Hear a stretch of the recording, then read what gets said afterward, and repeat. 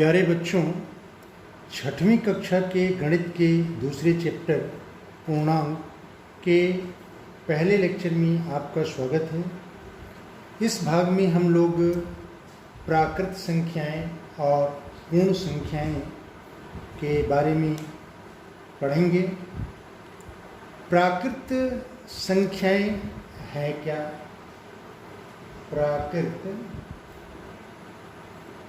प्राकृत संख्याएं, आपको याद होगा कि जब आप स्कूल में पहली बार गए थे तो आपने सीखा था 1, 2, 3, 4, 5 डैश डैश डैश।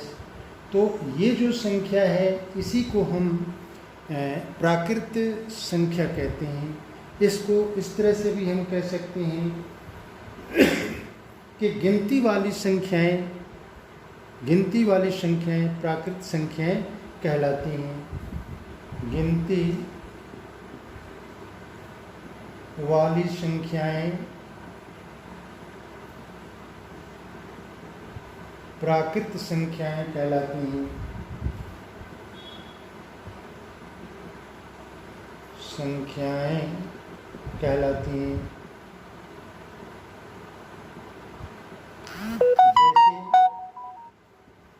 जैसे 1, 2, 3, 4, 5 डैश डैश डैश।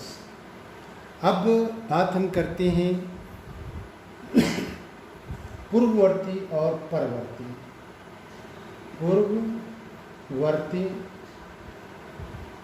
पूर्ववर्ती क्या होता है? पूर्ववर्ती की अंग्रेजी होती है प्रेडिसेसर।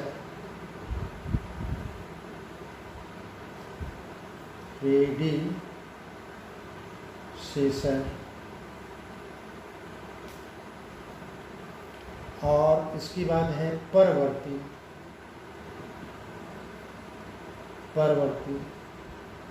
यानी कि सक्सेसर।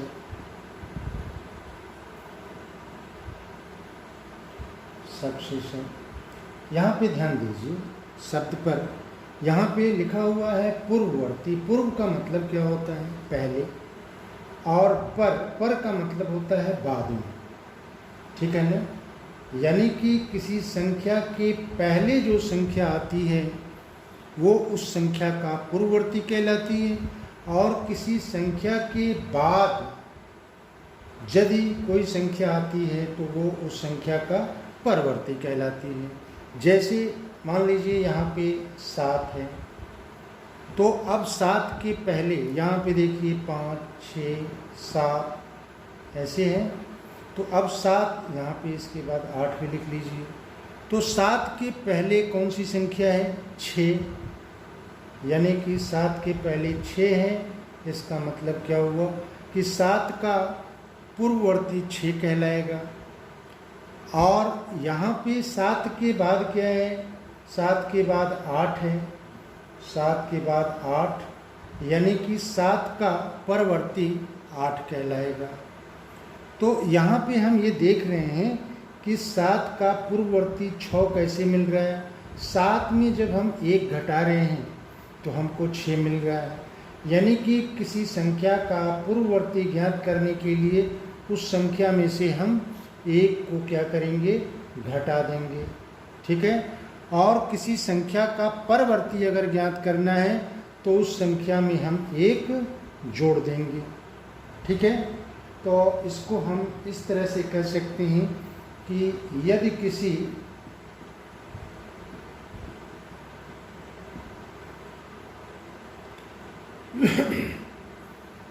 किसी प्राकृत संख्या में एक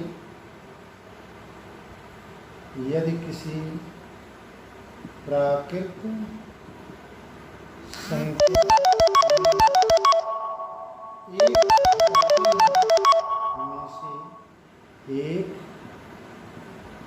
घटाते हैं तो हमें इसका पूर्ववर्ती मिलता है। तो हमें इसका पूर्ववर्ती मिलता है।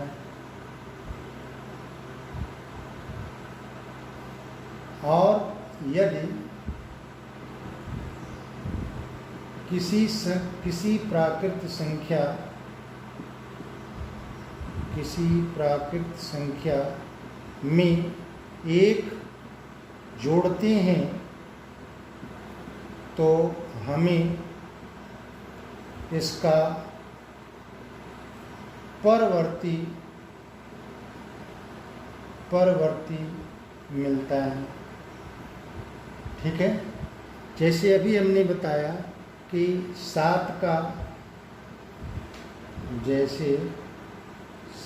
का पूर्ववर्ती, तो 7 का पूर्ववर्ती 7 में से 1 घटाएंगे 6, और 7 का परवर्ती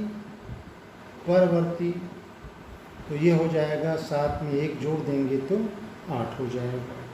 ठीक है, अब प्रयास कीजिए, मैं कुछ सवाल दिया हुआ है उसको हम लोग करते हैं। अब यहाँ देखिए, प्रयास कीजिए, मैं आपको ये प्राकृत संख्या दिया हुआ है, प्राकृत संख्याएं, ये 19 है। अब 19 का पूर्ववर्ती आपको ज्ञात करना है। तो मैंने बताया कि किसी भी प्राकृत संख्या का पूर्ववर्ती ज्ञात करने के लिए उसमें से 1 घटा देते हैं। तो ये 19 में से 1 घटाएंगे तो कितना आ जाएगा 18, यानी कि 19 का पूर्ववर्ती क्या हुआ 18, और परवर्ती ज्ञात करना होगा तो 19 में हम 1 जोड़ देंगे तो ये 20 इसका क्या हो जाएगा परवर्ती हो जाएगा। अब इसी तरह से 1997 है, तो 1997 में से 1 घटाएंगे तो ये हो जाएगा 1996, और तो 1997 का पूर्ववर्ती हुआ, और परवर्ती ज्ञात करने के लिए 1997 में 1 जोड़ देंगे तो ये 1998 हो जाएगा। फिर ये 12,000 है, तो 12,000 में से 1 घटाएंगे तो 1 घटाएंगे तो फिर ये यहाँ पे देख लीजिए, अगर ऐसे न घटा सकें तो फिर किनारे घटा लेंगे, यहाँ पे 1। अब ये देखिए, यहाँ से हासिल लेंगे 10, फिर इसमें 10 यहाँ 9 हो जाएगा, फिर यहाँ पे 10 यहाँ 9, अब 9 में से 10 में से 1 घटेगा 9 होगा, और फिर ये 9 यहाँ 9 यहाँ पे 1 हो जाएगा, ये 1, यानी कि 11,999 होगा। ठीक है ना, तो ये हो जाएगा 11,999, और परवर्ती ज्ञात करना होगा तो 12,000 में 1 जोड़ देंगे तो ये बराबर आ जाएगा 12,001। अब इसी तरह से 49 है, तो 49 में से 1 घटाएंगे तो कितना होगा 48, और 49 में 1 जोड़ देंगे तो कितना हो जाएगा 50। तो 49 का परवर्ती 50 मिला और 49 का पूर्ववर्ती 48 मिला। अब यहाँ पे 1 लाख है, 1 लाख में से 1 घटाएंगे तो ये कितना मिलेगा 99,999। इसको भी यहाँ किनारे आप करके घटा सकते हैं, 2 3, यहाँ से 1 घटाना है तो 10 में से यहाँ पे सीधे आएगा 10, 10 में से 1 घटेगा 9, फिर यहाँ भी 9, यहाँ 9, 9 9, यानी कि 99,999, 99,999, और 1 लाख में 1 जोड़ देंगे, 1 जोड़ देंगे तो हमको परवर्ती मिल जाएगा।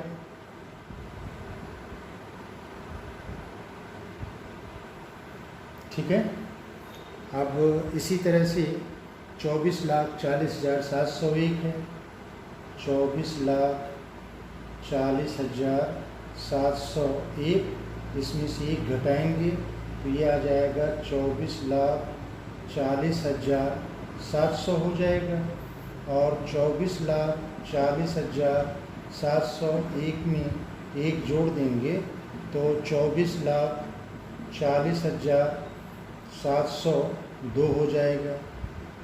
ठीक है, अब यहाँ पे है आपका 1,01,99, 1,01,99, इसमें से 1 घटाएंगे तो 9 में से 1 घटेगा 9 में से 1 घटेगा 8 और फिर ये हो जाएगा 9 1 0 0 1। और परवर्ती ज्ञात करना होगा तो इसमें 1 जोड़ देंगे तो 1,01,99 में 1 जोड़ेंगे तो 9 और 1 कितना होगा 10 और फिर 9 और 1 10, 1 और 1 2 हो जाएगा और फिर यहाँ पे ये 00 और फिर 1,02,00,000 और फिर इसके बाद 2,08,090 तो 2,08,090 में से 1 घटाएंगे तो ये हो जाएगा 2,08,089 और 1 जोड़ेंगे तो कितना हो जाएगा 2,08,090 में 1 जोड़ेंगे तो 2,08,091 ये चीज़ हो जाएगा। यहाँ पे ध्यान दीजिए, प्रयास कीजिए में ही दूसरा सवाल दिया हुआ है कि क्या कोई ऐसी प्राकृत संख्या है जिसका कोई पूर्ववर्ती नहीं है। अभी हम लोगों ने प्राकृत संख्या को देखा कि प्राकृत संख्या क्या है, 1 है, 2 है, 3 है, 4 है, 5 है, 6 है, डैश डैश डैश। तो अब इसमें सवाल ये पूछ रहा है कि क्या ऐसी कोई प्राकृत संख्या है जिसका कोई पूर्ववर्ती नहीं है। तो यहाँ पे देखिए, अगर ये 6 है तो 6 के पहले क्या है 5, 5 है तो 5 के पहले क्या है 4, यानी कि 5 का पूर्ववर्ती 4 है, 4 का पूर्ववर्ती 3 है, 3 का पूर्ववर्ती 2 है, 2 का पूर्ववर्ती 1 है, लेकिन 1 का पूर्ववर्ती क्या है, कुछ नहीं है। तो यहाँ पे उत्तर में हम लिखेंगे कि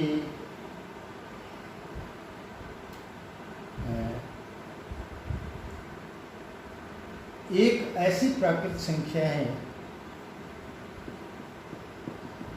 एक ऐसी प्राकृत संख्या है, प्राकृत संख्या है जिसका कोई पूर्ववर्ती नहीं है, जिसका कोई पूर्ववर्ती नहीं। ठीक है, अब यहाँ पे ध्यान दीजिए, तीसरा क्वेश्चन ये कह रहा है कि क्या कोई ऐसी प्राकृत संख्या है जिसका कोई पूर्ववर्ती नहीं है, कोई पूर्ववर्ती नहीं है। अब आप यहाँ पे देखिए, कोई भी अगर प्राकृत संख्या आप लेंगे तो उसमें 1 जोड़ेंगे तो आगे वाली संख्या हमको मिल जाएगी। अभी आपने इसके पहले वाले क्वेश्चन में बड़ी बड़ी संख्याओं को देखा और उसमें आप 1 जोड़ रहे थे तो उसके आगे वाली संख्या हमें प्राप्त हो जा रही थी। इसका मतलब क्या हुआ कि कोई भी ऐसी प्राकृत संख्या नहीं है जिसका कोई परिवर्ती नहीं है। ठीक है ना, कोई भी ऐसी प्राकृत संख्या नहीं है जिसका कोई परिवर्ती नहीं है। और फिर आगे कह रहा है कि क्या कोई अंतिम प्राकृत संख्या है, तो कोई भी अंतिम प्राकृत संख्या नहीं है। तो यहाँ पे आंसर उत्तर में पहले का भी उत्तर क्या होगा, नहीं, और दूसरे का भी उत्तर क्या होगा, नहीं। ठीक है, यानी कि कोई ऐसी प्राकृत संख्या नहीं है जिसका कोई परिवर्ती नहीं है, यानी कि जितनी भी प्राकृत संख्याएं हैं सभी की सभी परिवर्ती हैं। और फिर कह रहा है कि क्या कोई अंतिम प्राकृत संख्या है, तो कोई अंतिम प्राकृत संख्या नहीं है। ठीक है,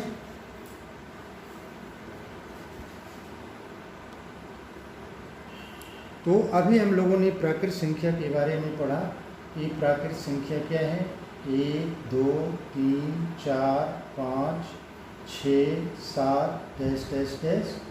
ठीक है, यानी कि जो गिनती वाली संख्याएं हैं वो प्राकृत संख्याएं हैं। फिर उसके बाद से हम लोगों ने इसके पूर्ववर्ती और परवर्ती संख्याओं को भी कैसे ज्ञात करेंगे इस चीज़ को जाना। अब बात हम करते हैं पूर्ण संख्याएं। तो पूर्ण संख्या क्या होती है। अब यहाँ पे प्राकृत संख्या 1 का कोई पूर्ववर्ती संख्या नहीं है। अब यदि इस प्राकृत संख्या में हम 0 बढ़ा दें, यानी कि 0, 1, 2, 3, 4, 5, 6, 7 डैश डैश डैश, तो ये संख्याओं का जो समूह मिलेगा इसको हम पूर्ण संख्याएं कहते हैं। ठीक है ना, पूर्ण संख्याएं कहते हैं। अब इसमें प्रश्न ये उठता है कि क्या सभी प्राकृत संख्याएं पूर्ण संख्याएं हैं? ये क्या सभी प्राकृत संख्याएं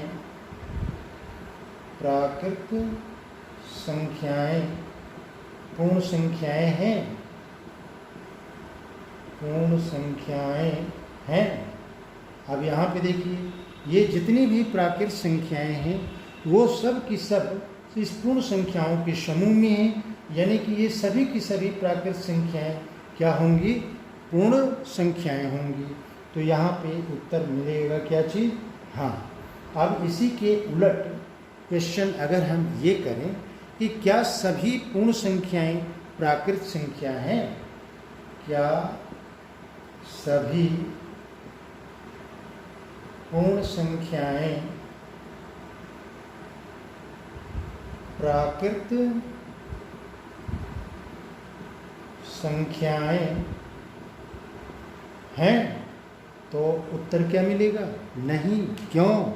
क्योंकि यहाँ पे देखिए, ये सब संख्याएं तो प्राकृत संख्या है, लेकिन 0 क्या है? प्राकृत संख्या नहीं है। ठीक है, तो यहाँ पे रीजन क्या देंगे? यहाँ उत्तर तो होगा नहीं। क्यों नहीं? क्योंकि 0 एक ऐसी पूर्ण संख्या है, 0 एक ऐसी पूर्ण संख्या है, 0 एक ऐसी पूर्ण संख्या है जो प्राकृत संख्या नहीं है, जो प्राकृत संख्या नहीं है। ठीक है, इसको आपको अच्छी तरह से याद रखना होगा। जब हम लोग प्रश्नावली को करेंगे तो इसकी आवश्यकता पड़ेगी। ठीक है, अब हम लोग संख्या रेखा पर ये पूर्ण संख्याओं को कैसे जोड़ेंगे, कैसे घटाएंगे, कैसे गुणा करेंगे, इसको सीखेंगे। प्यारे बच्चों, यदि किसी रेखा पर पूर्ण संख्या को, पूर्ण संख्या का मतलब क्या हुआ? 0, 1, 2, 3, 4, 5, 6, 7, 8, 9, 10, 11, 12, 13 ये पूर्ण संख्या है। अगर इसको हम संख्या रेखा पर बराबर दूरी पर इसे दर्शाएं तो इसी को हम क्या कहेंगे? इस रेखा को हम संख्या रेखा कहेंगे। फिर से एक बार देखिए, अगर किसी रेखा पर पूर्ण संख्या को बराबर दूरी पर, ये बराबर दूरी 1 सेंटीमीटर भी हो सकती है, 2 सेंटीमीटर भी हो सकती है, अब आपकी इच्छा के अनुसार, लेकिन ये सभी दूरियां क्या होनी चाहिए? बराबर होनी चाहिए। तो अगर इसको हम इस रेखा पर प्रदर्शित करें तो ये जो पूरी व्यवस्था होगी, इसी को हम क्या कहेंगे? संख्या रेखा पर। और इसका बड़ा महत्व है। इस संख्या रेखा पर हम संख्याओं को जोड़ सकते हैं, घटा सकते हैं और गुणा भी कर सकते हैं। अब यहाँ पे एक एग्जाम्पल हम ले रहे हैं। जैसे मान लीजिए कि 3 धन 4 हमको जोड़ना है, 3 धन 4। तो इसमें करते ये हैं कि यहाँ पे देखिए, पहले कितना है? 3। तो अब हम 3 पर पहुँच जाएंगे। इसके बाद से यहाँ पे कितना है? 4। तो अब 3 के बाद 4 कदम हम दाईं तरफ, अगर जोड़ना है तो दाईं तरफ चलेंगे, और अभी हम बताएंगे कि घटाना होगा तो बाईं तरफ। तो यहाँ 3 से हम 4 मात्रक आगे चलेंगे। तो ये हुआ 1, फिर 2, फिर 3, फिर 4। कहाँ पे हम पहुँचे? 7 पे पहुँचे। 7 पे, इसका मतलब ये हुआ कि 3 धन 4 बराबर 7। अब आपके बुक में प्रयास कीजिए, में कुछ क्वेश्चन दिया हुआ है जैसे पहला क्वेश्चन है, इसमें 4 धन 5, 4 धन 5, ठीक है। तो अब यहाँ देखिए संख्या रेखा है, यहाँ पे प्रारंभ में हम 0 लिखेंगे, फिर 1 2 3 4 5 6 7 8 9 10 11, इस तरह से आगे भी बढ़ता जाएगा, 12 13 14 15 डैश डैश डैश। अब हमको जोड़ना क्या है, पहला सवाल है कि 4 धन 5 बराबर कितना होगा। तो अब ये 4 है तो 4 पर हम चले चलेंगे, और इसके बाद धन 5 है तो 5 कदम आगे जाएंगे 4 के बाद। तो ये 1 2 फिर 3 फिर 4 फिर 5, कहाँ पे पहुँचे, 9 पर पहुँचे। इसका मतलब ये हुआ कि 4 में 5 जोड़ेंगे तो कितना आएगा, 9 आएगा। इसी तरह से दूसरा सवाल दिया है 2 धन 6। अब एक और संख्या रेखा हमने बना रखा है, 0 1 2 3 4 5 6 7 8 9 10 11। अब यहाँ 2 है तो 2 पर हम आ जाएंगे, और कै कदम आगे बढ़ना है, 6 कदम। तो 2 के बाद से ये 1 फिर 2 फिर 3 फिर 4 फिर 5 फिर 6 कदम, यानी कि 8 पर हम पहुंच रहे हैं। तो 8 पर पहुंचने का मतलब क्या हुआ कि 2 और 6 का जोड़ कितना होगा, 8 होगा। इसमें तीसरा सवाल दे रहा है 3 धन 5, 3 धन 5। अब यहाँ देखिए, ये 0 से प्रारंभ करेंगे, 0 1 2 3 4 5 6 7 8 9 10, ऐसे आगे बढ़ते जाएंगे। अब 3 धन 5 है तो 3 पर हम पहुंच गए, 5 कदम आगे। तो 1 कदम फिर 2 फिर 3 फिर 4 फिर 5। तो कहाँ पे हमने पहुंचा, 8 पर। तो ये बराबर हो जाएगा 8। और एक क्वेश्चन और दिया हुआ है 1 धन 6, 1 धन 6। अब यहाँ देखिए 0 1 2 3 4 5 6 7 8 9 10, 1 धन 6, 1 यहाँ है, 6 कदम आगे बढ़ेंगे। तो ये 1 2 3 4 5 6, कहाँ पे आ गए, 7 पे। तो 7 पे आ गए, इसका मतलब क्या हुआ, 1 धन 6 बराबर कितना होगा, 7, ठीक है। तो इस प्रकार हम संख्या रेखा पर पूर्ण संख्याओं को के योग को प्राप्त करते हैं। अब यहाँ पे ध्यान दीजिए कि संख्या रेखा पर हम घटाएंगे कैसे। यहाँ पे पहले हमको दिया हुआ है 7 - 5।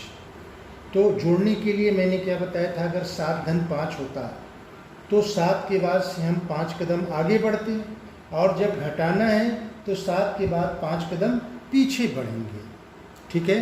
तो यहाँ पे देखिए 7 पर हम पहुँच गए, 1 2 3 4 5, कहाँ पे आ गए, 2 पर आ गए, 2 पर आ गए। इसका मतलब क्या हुआ, 7 में से 5 घटेगा तो उत्तर कितना मिलेगा, 2। अब उसी तरह से यहाँ देखिए 8 - 3 है तो हम कहाँ पे पहुँचेंगे, 8 पे। और जब घटाना है तो पीछे की तरफ आएंगे, अब कितने कदम, 3 कदम। तो 8 के बाद से 1 2 3, 5 पर आ गए। तो 5 पर आने का मतलब क्या हुआ, 8 में से 3 घटेगा, 5। इसी तरह से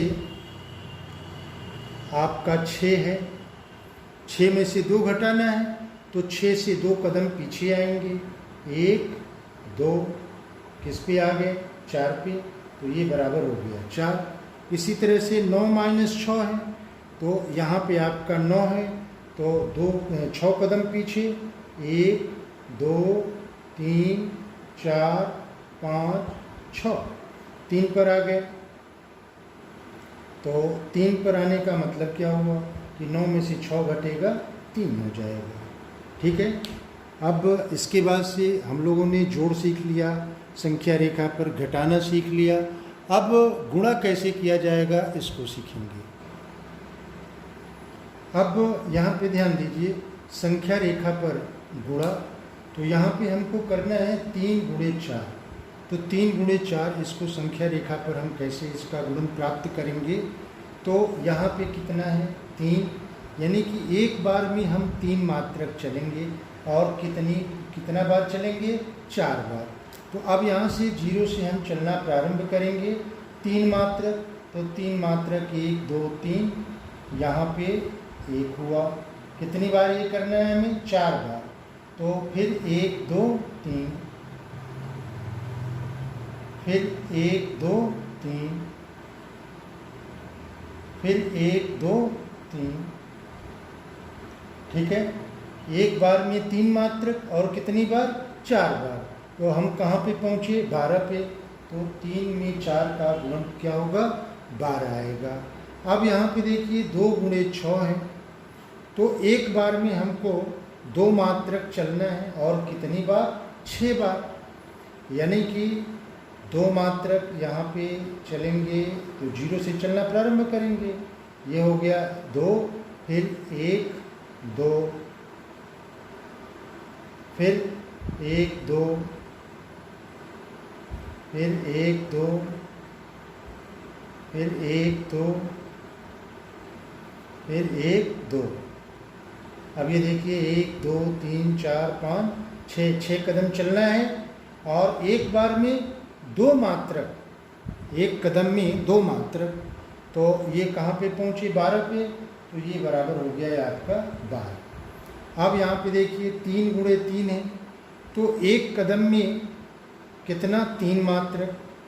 तो यहाँ से 1 2 3, ये हो गया 3, और ये कितनी बार 3 कदम चलना है, लेकिन एक कदम में 3 मात्रक होने चाहिए। 1 2 3, फिर 1 2 3, अब ये 3 कदम हो गया, ठीक है। और एक कदम में 3 मात्रक, कहाँ पे पहुँच रहे हैं 9 पे, तो ये बराबर हो जाएगा 9। अब इसी तरह से 4 कदम 4 मात्रक एक बार में और 2 कदम चलना है। तो यहाँ पे 1 2 3 4, ये हो गया है आपका, और फिर 1 2 3 4, ये हो गया। कहाँ पे पहुँचे 8 पे, तो ये हो गया 8, ठीक है। तो ये संख्या रेखा पर आपने गुणा भी सीख लिया, जोड़ घटाना। अब इसके बाद अब अगली प्रश्नावली को हम लोग अगले लेक्चर में करेंगे। अब इस लेक्चर को हम यहीं समाप्त कर रहे हैं। ये हमारा वीडियो कैसा लगा इसे कमेंट बॉक्स में लिखिएगा, और इस वीडियो को लाइक कीजिए, शेयर कीजिए, सब्सक्राइब कीजिए। Best of luck.